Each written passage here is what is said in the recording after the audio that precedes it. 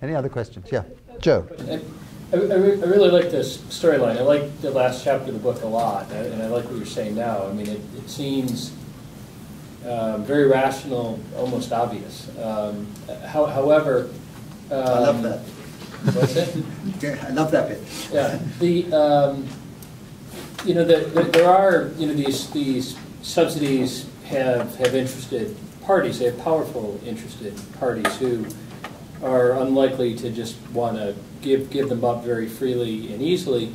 And in this country and others, we've seen like seemingly rational, even obvious policy solutions that are much less radical than what you're recommending, rejected almost completely by the political establishment. And now you see people here in this country and around the world simply exercising their democratic rights, and not only having them repressed, but very militaristically and very violently.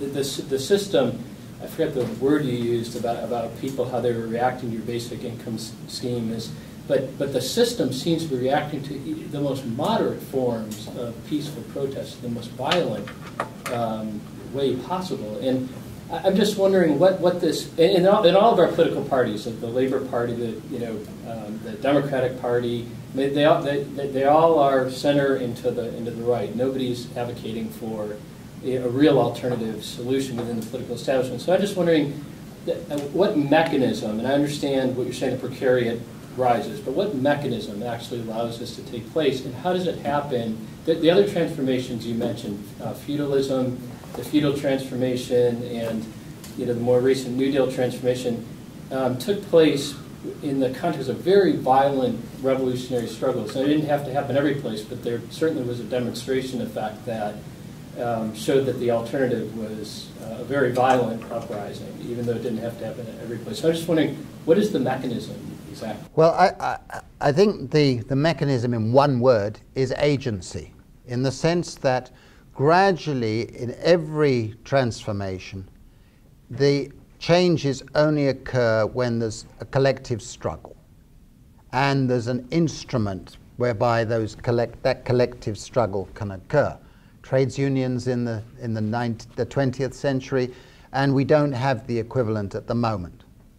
But gradually, this associational revolution that is taking place, with thousands and thousands of people joining groups and being mobilized, has suddenly altered the calculus quite dramatically in the past year or so.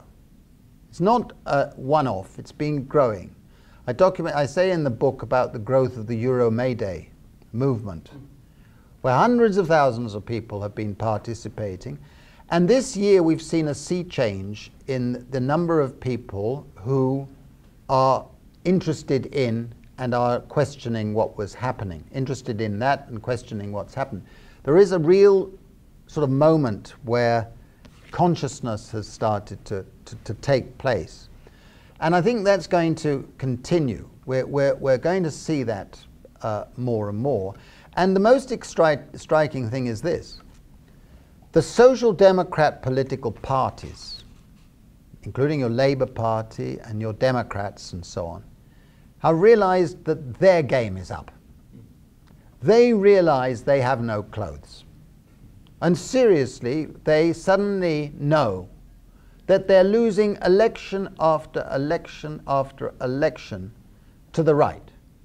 When in a crisis, that shouldn't be happening. Right? In a crisis, your left, your progressive parties should be winning. But they're not. They've been losing, they've lost out hands over fist. They've all been marginalized, one after the other. So suddenly, their own future's at stake.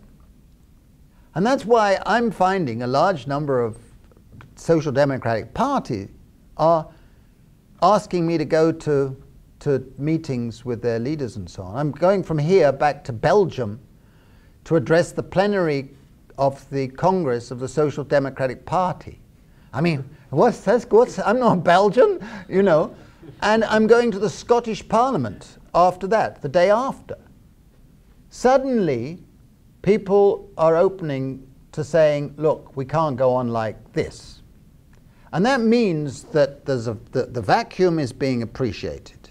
And that's one reason for optimism. The second reason for optimism is more and more people are fearful of what could happen, either to themselves if they're dragged into the precariat, or this far-right political development that we see growing like an ugly cloud. All right? And therefore, more and more of us are feeling, listen, I better know where I am. I better know what role I want to play, because I cannot be silent. And I talk about a poem, you've read the book, I think, but at the back end of the book, more and more people are saying, look, I can't be silent, I've got to do something. I have a responsibility like everybody else. And it is very clear that that is beginning. It may not happen. I don't want to be too utopian, but there's a real energy that's suddenly starting to emerge, and more people are wanting to engage or re-engage and do so. So I think there's reason to think that agency will come. Occupational associations, I work with SEWA in India, which is very much an occupational association of a different type from trades unions. You're seeing that sort of thing mushrooming around the world and bringing disparate groups of insecure people together to fight for a progressive agenda. But I agree with you, it's absolutely vital. Without that, we won't go anywhere.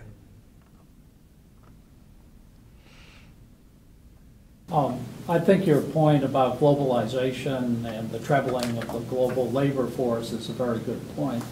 But it leads me to wonder, well, I'd like your opinion on where the economies of developed nations are going to head. In other words, if there's this trebling of the global labor force at a wage rate that could not be matched in the U.S. or Europe without some kind of traumatic change, where is economic development in the West heading, Europe and the United States? Well, I think you're asking several questions there, because the first question relates to what is happening in those countries, those emerging market economies. Now there, one of the most ironic developments of the globalization era is that the country that has become the most capitalistic in structure is China. The share of national income going to labor has dropped by 20 percentage points in 20 years. So that labor, the people doing labor in China, are only receiving about 40% of national income.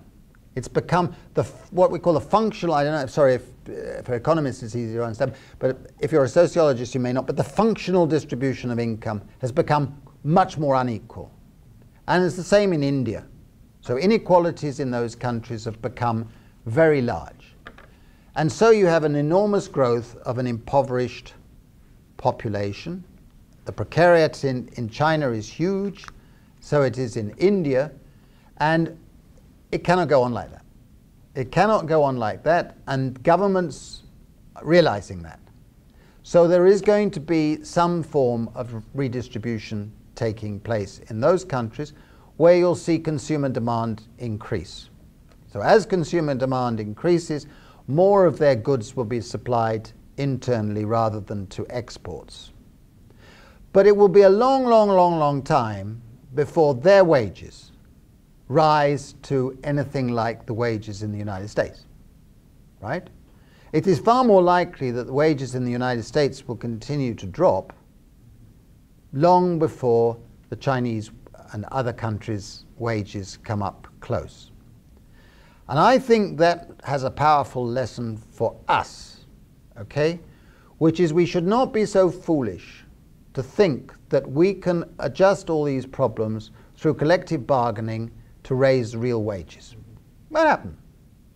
It's a pipe dream, all right? I'm all in favor of collective bargaining, etc., but we cannot expect realistically that we're going to alter the distribution of income through the wage system. We have to go through more innovative sharing of capital and different ways of doing so, through capital wealth funds, through Alaska permanent funds, through what other countries have been doing. 40 countries now have capital funds from which you can distribute part of the gains of financial capital and productive capital through to giving to grants.